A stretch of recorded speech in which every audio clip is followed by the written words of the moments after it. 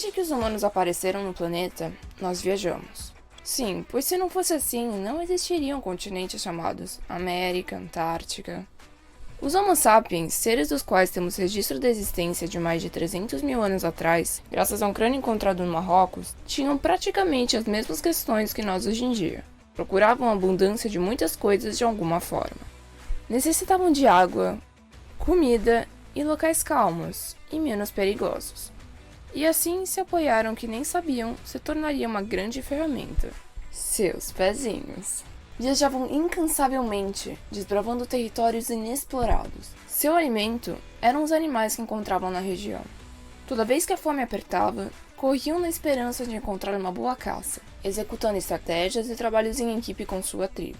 Deviam seguir sendo carnívoros, não existiam outras possibilidades. Percorriam quilômetros e quilômetros, atravessavam geleiras, desertos, biomas de diferentes tipos, tudo em prol de uma sobrevivência mais facilitada, uma melhor vida às suas famílias. E assim que avistavam o verde, a água doce e seres em excesso, paravam. Quando todos estavam de acordo, armava-se acampamento em cavernas e utilizavam-se toras, peles de animais, entre outros materiais de origem natural, e podiam descansar. Agora não lhes faltava mais nada. Comida e água potável estavam nas redondezas, além de um teto reparador de clima. O problema é que todos esses recursos uma hora acabavam. E muito mais do que isso, a curiosidade de saber o que havia atrás daquela montanha, depois daquele mar, além desse específico alimento regional. E então partiam novamente, sempre dispostos e na esperança do encontro do novo destino. Porém agora, alguns povos começaram a se separar. Uns se interessavam mais por seguir o sol, outros a neve. Então houve as divisões. De pequenos grupos foram surgindo outros maiores e novas culturas.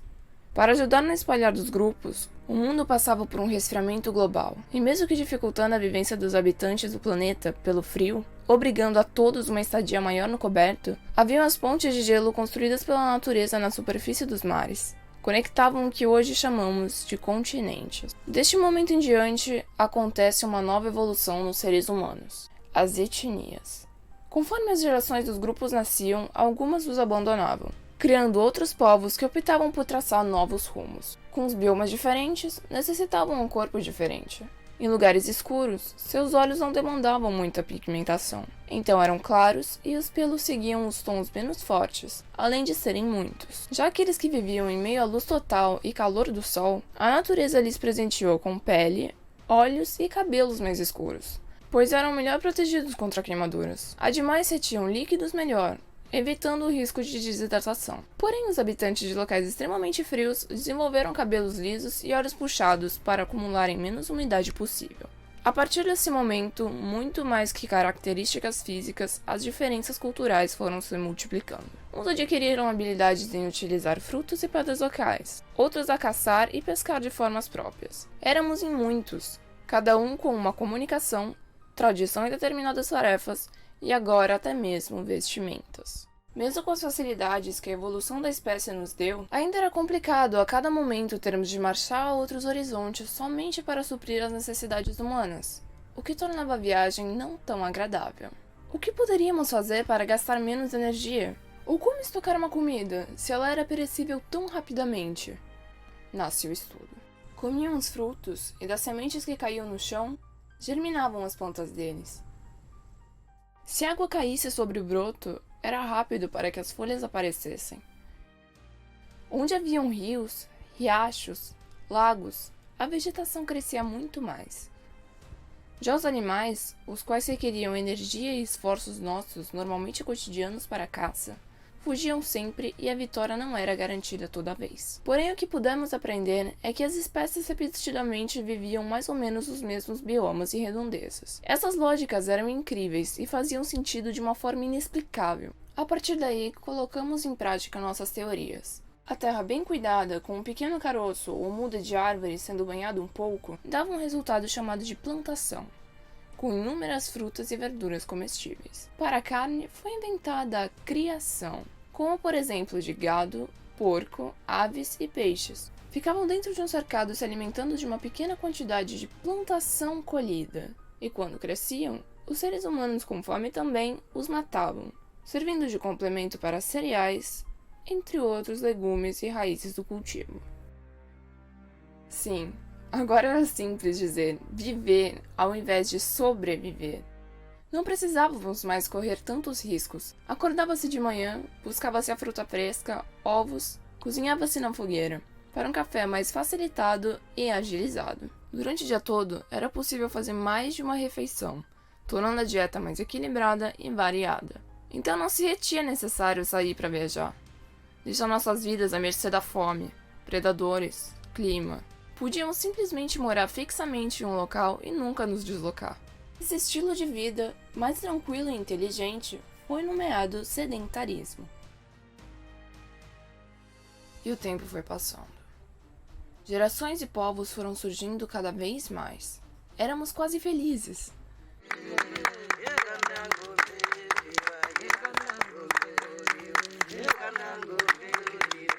Quase. Porque por mais que comíamos vários nutrientes necessários, estava na nossa natureza pedir coisa maior. Querer coisa maior. Não nos bastava suprir somente a sede física, pois tínhamos a curiosidade para saciar também. E foi o melhor que fizemos. Graças à determinação de conhecer algo novo, algo melhor, que hoje em dia temos o que chamamos de globalização. Precisávamos correr em busca do desconhecido, desbravar horizontes inexplorados, ou que ao menos acreditava se fossem.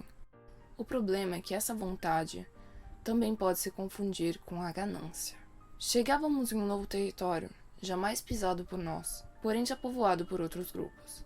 E então, ao invés de buscarmos uma concordância simples, como a comunicação, guerreávamos. Lutávamos incansavelmente, destruindo cabanas, pertences, natureza, pessoas. Nunca era suficiente, até que nossos inimigos pudessem declarar derrota. Era raríssima a consideração pelos outros. Um começava e logo era revidado pelo mesmo mal.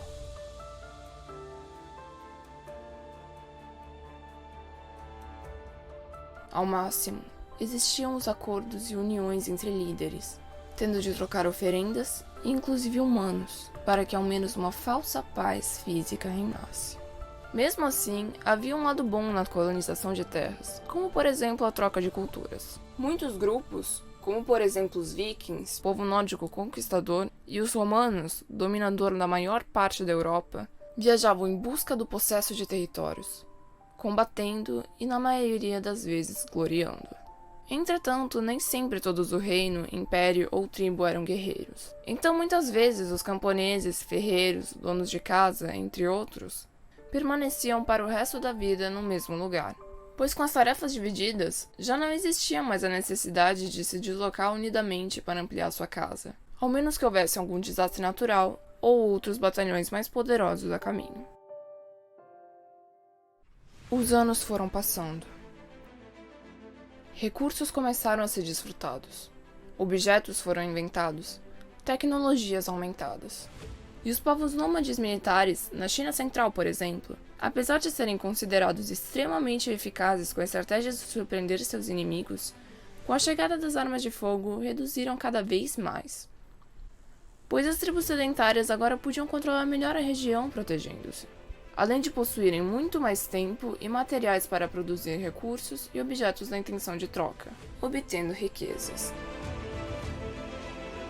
Todavia, os praticantes do nomadismo evoluíram também ao longo dos milênios. Eram exércitos, famílias, tribos, trabalhadores e até mesmo aqueles em busca de apresentar entretenimento às pessoas, como o circo, que a partir da década de 1860 tornou-se deslocável.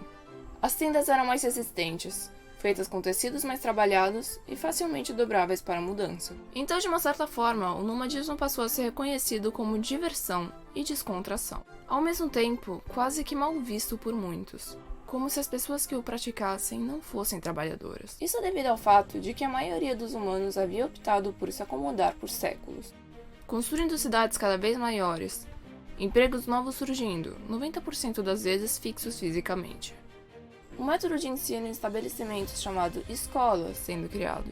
Objetos, prédios, carros, etc, etc e etc. E tudo que há de palpável sendo vendido. Com todo esse conjunto de coisas, e nascendo nesse universo já repleto de ideias prontas, como se fossem um pacote completo, passamos a acreditar que vivemos para apagá-las e obtê-las necessariamente. Depois de tamanho tempo de história, tanto desenvolvimento do nosso mundo, inúmeras mudanças em nosso modo de ser, viver, será que no fundo somos sempre os mesmos? Buscamos a nossa natureza? Viajar faz parte dela? Humanos foram criados para serem nômades, assim como muitas espécies de pássaros? Para responder a essas perguntas, devemos perguntar a ninguém mais, ninguém menos que nós mesmos. Exato, os Homo sapiens. De acordo com um estudo do qual eu mesma fiz, 80 pessoas que estão envolvidas ou não no mundo nômade concluíram com suas opiniões, observando suas vidas e se auto-questionando. A maioria afirmou que seu sonho é ou era o de se casar, ter filhos e viajar. Apesar de serem sonhos relativamente tradicionais, refletindo sobre a história da humanidade, são objetivos bem presentes na maioria das culturas, e que muitas vezes, não necessariamente a todos, gera felicidade. Inclusive, isso nos leva à segunda pergunta. Se hoje em dia, para se viver nesse mundo, demandamos de algo chamado dinheiro, nas metas modernas, como faculdade e trabalho, teriam seguido as carreiras com as quais se identificam? E a grande parte declarou que sim, porém que o teriam feito anos depois e se arrependeram do tempo perdido. Quase todos os participantes alegaram que outras pessoas, até mesmo familiares e amigos, já tentaram influenciar em suas vidas, declarando que deveriam seguir fazendo ou sendo algo com o qual não se identificam. Isso também ajuda nas suas escolhas sobre tentarem realizar seus sonhos ou não, resultando em mais e mais planejamentos e no atraso desses para o fim da fila das prioridades. Pois metade acredita que é impossível e extremamente triste se separar de seus entes queridos por longo período. Em relação a ser nômade, meia parte diz, é o sonho ideal, porém realidade para poucos. A outra expressa que viajar é maravilhoso, porém apenas de vez em quando, uma vez que morar em casa fixa, segundo ela, é mais confortável. Principalmente pela rotina, visto que muitos a têm como rigorosamente importante. O que também não recusam no que diz respeito a objetos materiais os quais jamais abandonariam, tirando obviamente água e comida, banheiro, quarto, cozinha e em especial aparelhos eletrônicos são os mais requeridos. Porém, a televisão não está presente em todas as casas.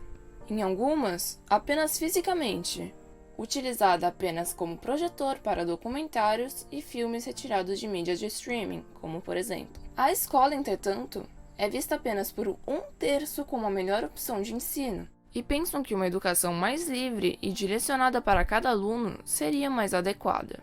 Também questionei sobre de onde achariam que os primeiros povos de Homo sapiens são naturais, e a massa concorda com a teoria da África, enquanto alguns com a da Mesopotâmia, antiga junção entre Iraque, Síria e Turquia. Mas a questão que acredito seja uma das mais reflexivas é: nós, seres humanos, fomos feitos para viajar?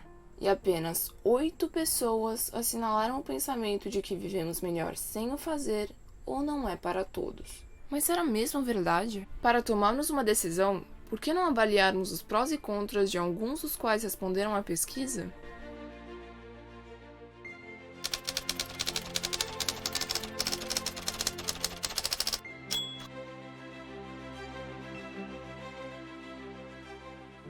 Bom, eu acho que a liberdade e a felicidade, elas se entrelaçam. É difícil você ter felicidade se você não tem liberdade. Então as duas coisas, elas andam juntas, né? E apesar de que liberdade, ela é uma palavra tão ampla, ela tem tantos modos, né, de ser e da gente sentir a liberdade, eu penso que uma pessoa acuada, uma pessoa presa, é uma pessoa que não pode ser feliz, não conseguiria ser feliz. É uma pergunta difícil de responder. Para entender a questão da felicidade, né? Dentro da pesquisa científica tem uma área específica para tentar entender o que é felicidade, só para a gente ter questão da importância disso, né? E da dificuldade de conceituar. Eu particularmente considero muito questões pessoais, né? Tanto na questão da o que é felicidade e o que é liberdade. Por exemplo, o que é felicidade para um pode não ser para outro. Geralmente a gente tende a pensar que felicidade, a gente parte do princípio que é quando uma pessoa tem as suas necessidades básicas atendidas, né? Pensar questão de moradia, saúde, né, saneamento. Se a gente for pensar, muitas das pessoas não têm todas, né, as suas necessidades básicas atendidas. Como, por exemplo, saneamento básico, né? Ou uma alimentação. Então quer dizer que essas pessoas não seriam felizes, né? Quando a gente vê, por exemplo, festa popular, como a gente está tendo agora o carnaval, né? Um carnaval fora de época, e você vê as pessoas felizes, então muitas vezes, no meu ponto de vista, a felicidade está muito mais ligada a como as pessoas lidam com os problemas. Então uma pessoa feliz não é uma pessoa que não tenha problemas e digamos que a vida dela está em mil maravilhas, né? Mas sim é a forma como ela lida com seus problemas, de uma forma que esses problemas não afetem a vida dela e não tragam consequências para ela. É difícil pensar numa vida sem a gente ter algum problema, alguma dor de cabeça, alguma coisa. Então, para mim, a felicidade, né? Então, assim, uma pessoa feliz não é uma pessoa que não tenha problemas, e sim uma pessoa que tenha problemas como qualquer outra pessoa, mas ela consiga lidar com esses problemas de uma forma que não gere estresse no seu dia a dia, principalmente que não afete o seu dia a dia, não afete as suas atitudes, né, teu bem-estar, e assim ela consiga ter uma vida feliz. Porque senão, se a gente fosse pensar que somente, do meu ponto de vista, estaria feliz quando a gente tivesse nenhum problema, a gente teria a felicidade em alguns momentos. Assim, ela não seria uma coisa em longo prazo, né, em longo tempo. Agora a gente vai para a liberdade. Talvez liberdade seja até mais difícil do que felicidade. Se a gente fosse pensar em liberdade, liberdade é muito similar à independência, né? Pensamento. Mas assim, liberdade de uma forma direta, né? Seria não ter vínculo. Tô livre, ou seja de emprego, seja de estudo, de uma rotina, né? Você está livre. Para mim, eu vejo liberdade de uma forma um tanto diferente, né? Eu penso muito numa questão de longo prazo sempre. Possivelmente por causa da minha área de trabalho. Dentro de uma visão de longo prazo, seria a questão de você ter controle, tá, sobre as situações que podem afetar o teu dia a dia. Ou seja, e afetam em longo prazo. O fato de você não ter uma preocupação sobre essas situações, isso traz liberdade para mim. Não é uma questão de independência. Independência seria diferente, né? Independência, eu não estou dependendo de alguma coisa. Agora, dessa forma, eu dependo, mas eu tenho controle. Seria, por exemplo, algo similar igual uma aposentadoria. Costumo falar para alunos aí próximos dos 20 anos de idade que eles não vão aposentar pelo Estado. Já vão aposentar com quantos anos? 75, 80 lá na frente? Boa pergunta. Possivelmente, se ele não tiver um planejamento financeiro, ele não vai se aposentar. Para mim, o que acontece? Não é somente na questão financeira, né? Mas isso foi um exemplo. Esse planejamento em longo prazo, uma perspectiva de longo prazo, de você ter controle, isso dá uma sensação de liberdade. Seja quando eu estou viajando, quando eu estou trabalhando, não ter esse tipo de preocupação. Ou seja, ou fazendo algo que eu gosto, isso me dá uma sensação de liberdade. Para mim, felicidade e liberdade significa eu ter o poder sobre a minha pessoa, de eu poder fazer o que eu quero na hora que eu quero, não prestando conta uma sociedade. Eu posso dizer que eu sou muito feliz e sou livre, porque eu tomo minhas próprias decisões.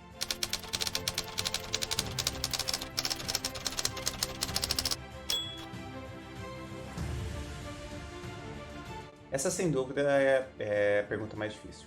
Eu acho que o ser humano, ele tem necessidade de viajar, ele tem necessidade de conhecer novos lugares, novos povos, novos conhecimentos. Eu acho que faz parte do ser humano, mas eu também acho que uma rotina também é importante para o próprio equilíbrio dele. Então eu acho que se a gente conseguisse mesclar uma rotina no dia a dia de trabalho, de vida e as viagens, eu acho que seria o ideal, mas eu acho que as pessoas, elas precisam, existe uma necessidade de conhecer lugares novos, pessoas novas, coisas novas. A questão, o que é uma viagem, né? Muitas pessoas, viagem está ligada às férias, né? Não uma viagem a trabalho, vamos pensar assim, né? Ligam isso a uma questão de experiências, viagem, né? A viagem a paisagens, né? Lugares bonitos, questões culturais. Aí você vai ter pessoas que vão ligar mais a questão das paisagens, mais a questão cultural. Eu particularmente gosto muito de aspectos culturais das pessoas. E se a gente fosse pensar em uma questão de cultura, a cultura, por que existe a cultura? Né? A cultura está ligada a aspectos e costumes locais. Por exemplo, eu sou do Mato Grosso do Sul e tomo tereré todos os dias. Estou tomando agora. Então assim, é uma questão local, costumes locais. E assim, pensando, né? Se todos no mundo viajassem, estivessem no mesmo momento, levassem a vida viajando, como que seria uma questão cultural? Primeiro que a gente teria um problema de engarrafamento em rodovias no mundo inteiro. Mas tirando esse problema, como é que seria uma questão cultural? Por exemplo, poxa, é muito legal ir na Argentina, ir no Uruguai e comer uma boa parrilha, né? Parrilha. Questão cultural deles. Assim como, por exemplo, e no Rio Grande do Sul, questão cultural, a gente vai ter desde comida, né, coisas diferentes. Ou mesmo no Nordeste. Esse é um ponto, né? De certa forma, a cultura existe porque as pessoas estão enraizadas numa região, ou é algo enraizado numa região. Ao mesmo tempo, você pegar uma frase lendária do Amir Klink, né? Resumindo que você precisa conhecer onde faz frio para saber como é que é bom onde faz calor e vice-versa. Do meu ponto de vista, é algo parecido. A partir do momento que você tem uma residência, vamos pensar numa residência fixa, é muito bom você também ter uma residência móvel, vamos pensar assim, estar viajando. Ou seja, porque a maior parte do momento, do tempo, talvez você estivesse uma residência fixa. Agora, como que seria o outro? Eu não posso responder o outro lado, porque na maior parte da minha vida tenho residência fixa. Mas como que seria de uma pessoa que na maior parte de existência dela, não é que eu estou viajando há 2, 3 anos, não seria isso, mas a maior parte da sua existência, ela não tem uma residência fixa. Eu suspeito que, como é a mesma ideia da Amir Klink, né, possivelmente isso se inverteria, né, ou seja, o que nós sentimos quando nós estamos viajando, sentiria quando estaria parado. Bom, algo para refletir, né? Só que o que acontece muitas vezes, né? Uma vez eu me deparei num documentário e eu concordo plenamente, é que se a gente fosse refletir, na maioria das vezes a gente não escolhe onde nós moramos. Por exemplo, eu não escolhi a cidade que eu moro, vim por uma questão de trabalho. Ou seja, os locais onde nós moramos, a gente acaba construindo família, amigos. Muitas vezes, ou é por questão familiar, porque a tua família já era daquela cidade, daquela região, ou é por uma questão de estudo, você foi para estudar fora e acabou ficando, ou uma questão de trabalho, na maioria das vezes. Na verdade, não é que você escolheu aquele local para você, e sim você teve que ir para lá. No entanto, o que acontece é que muitas vezes que eu vejo, qual é o lugar que você queria escolher para você? Isso só há uma forma de saber, viajando, né? Conhecendo vários lugares. E já vi vários casos de pessoas que viajando se depararam com um determinado lugar e não quiseram sair mais dali. E a gente brinca em casa que esse é um dos receios nossos, né? Possivelmente um dia, tem uma chance que quem viaja muito, vai conhecendo vários lugares e um dia isso pode acontecer. Na minha opinião, eu acho que o ser humano não foi feito para ficar parado num lugar único. O ser humano foi feito para movimentar, para descobrir, para conhecer. Então, a viagem nos proporciona sermos mais livres, mais soltos, né? E dando um conhecimento maior. Por isso é que eu penso que o ser humano não foi feito para ficar parado num lugar só.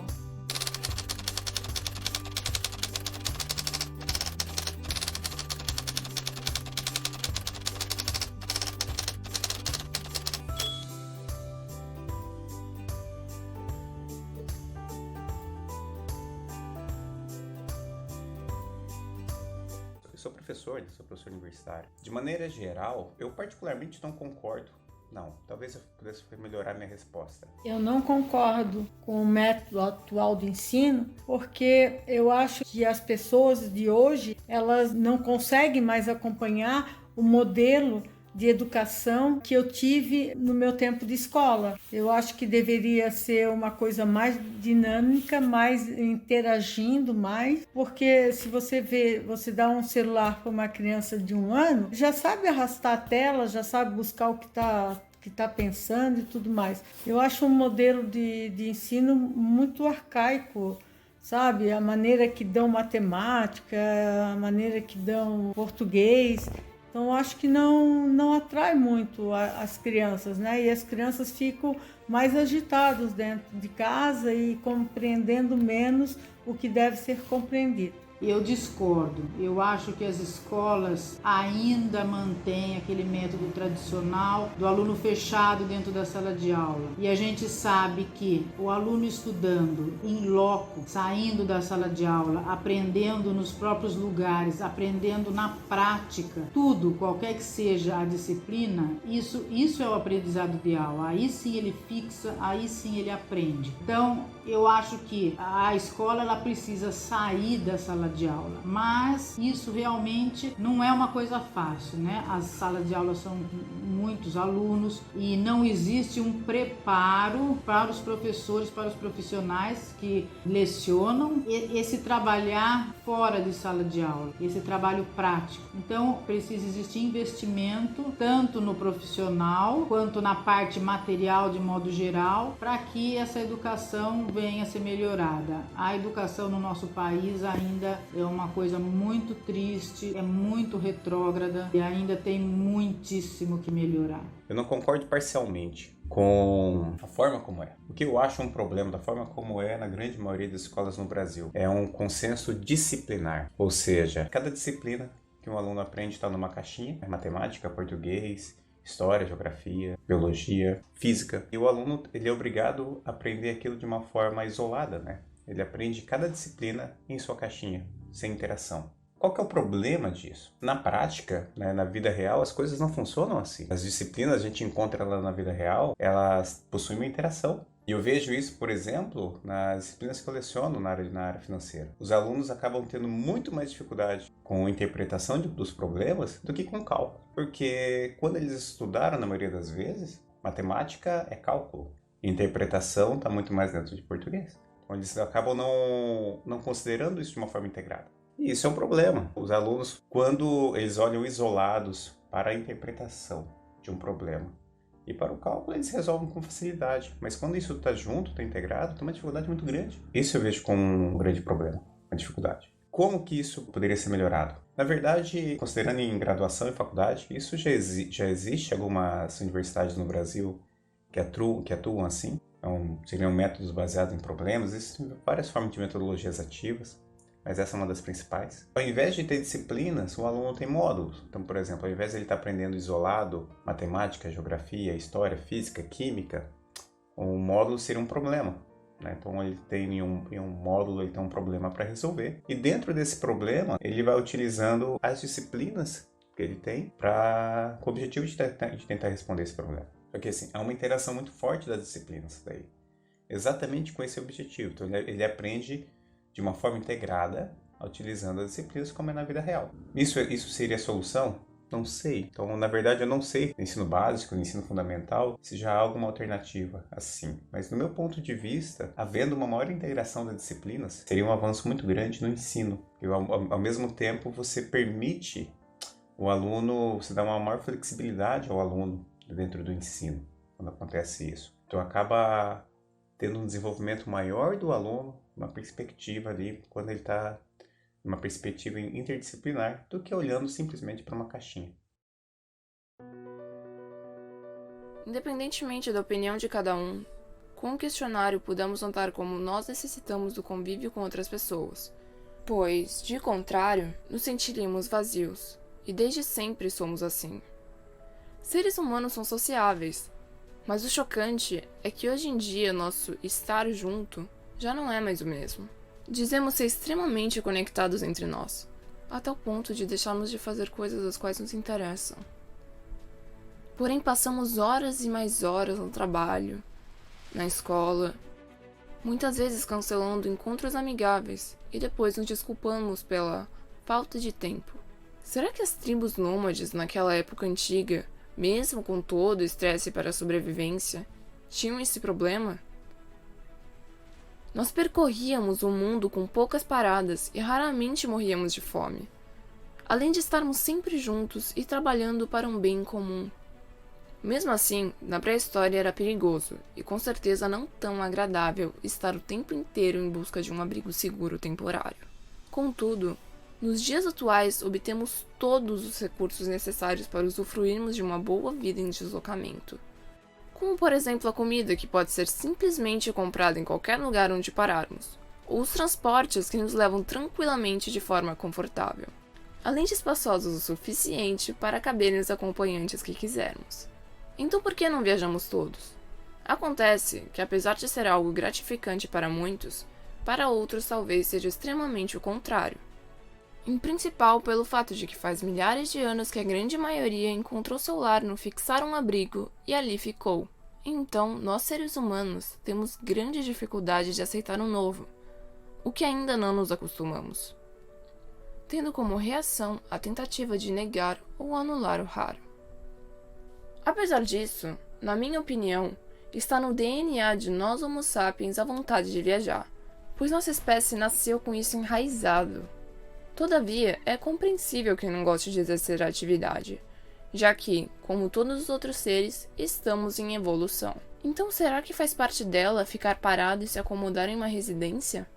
Bom, eu amo viajar, mas entendo quem não compartilha. Mesmo assim, devemos agradecer quem o fez por nós, pois foi graças ao nomadismo que hoje em dia podemos nos dar ao luxo da escolha.